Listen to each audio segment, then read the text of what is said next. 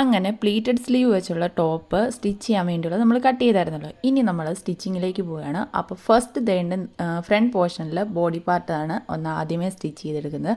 അതിന് വേണ്ടി നല്ല മെറ്റീരിയലിൻ്റെ മണ്ടയിലോട്ട് ലൈനിങ് ഇതേണ്ട ഇതേപോലെ ഒന്ന് വെച്ചതിന് ശേഷം നെക്കിൻ്റെ മണ്ടയിൽ കൂടെ ഇതേപോലെ ഒന്ന് സ്റ്റിച്ച് ചെയ്തെടുക്കുകയാണ് ചെയ്യുന്നത്. അതിനുശേഷം നേരെ ലൈനിങ്ങിനെ തിരിച്ചിട്ട് നല്ല വശം, അതായത് മെറ്റീരിയലിൻ്റെ നല്ല വശം എടുത്തുകൊണ്ട് വെക്കുന്നുണ്ട്. അതിനുശേഷം അതിൻ്റെ മണ്ടയിൽ കൂടെ പതിച്ചടിച്ച് കൊടുക്കുന്നുണ്ട്. ഇപ്പം നിങ്ങൾക്കിത് കാണുമ്പോൾ മനസ്സിലാവുന്നുണ്ടല്ലോ. ഇനി ഇതിനെ തിരിച്ചിടുന്നു.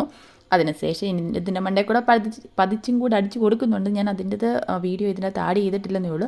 എന്നിട്ട് നെക്കിൻ്റെ സെൻറ്റർ പോർഷനിൽ നിന്ന് 3.25 ഇഞ്ചും ലെഫ്റ്റിലോട്ടും റൈറ്റിലോട്ടും ഒന്ന് മാർക്ക് ചെയ്ത് കൊടുത്താണ് ഇപ്പം കണ്ടത്. ഇതിനിയും ബാക്ക് സൈഡാണ്, അതായത് ബോഡി പാർട്ടിൻ്റെ ബാക്ക് സൈഡാണ് ഇതേണ്ട സ്റ്റിച്ച് ചെയ്യുന്നത്. അതിൻ്റെ നെക്ക് നമ്മൾ പിന്നെ സ്ട്രെയിറ്റ് ആയിട്ടുള്ളതായത് കാരണം ഇതേണ്ട സ്ട്രെയിറ്റ് ആയിട്ടൊന്ന് സ്റ്റിച്ച് ചെയ്ത് എല്ലാം തിരിച്ച് മറിച്ചിടുന്നുണ്ട്.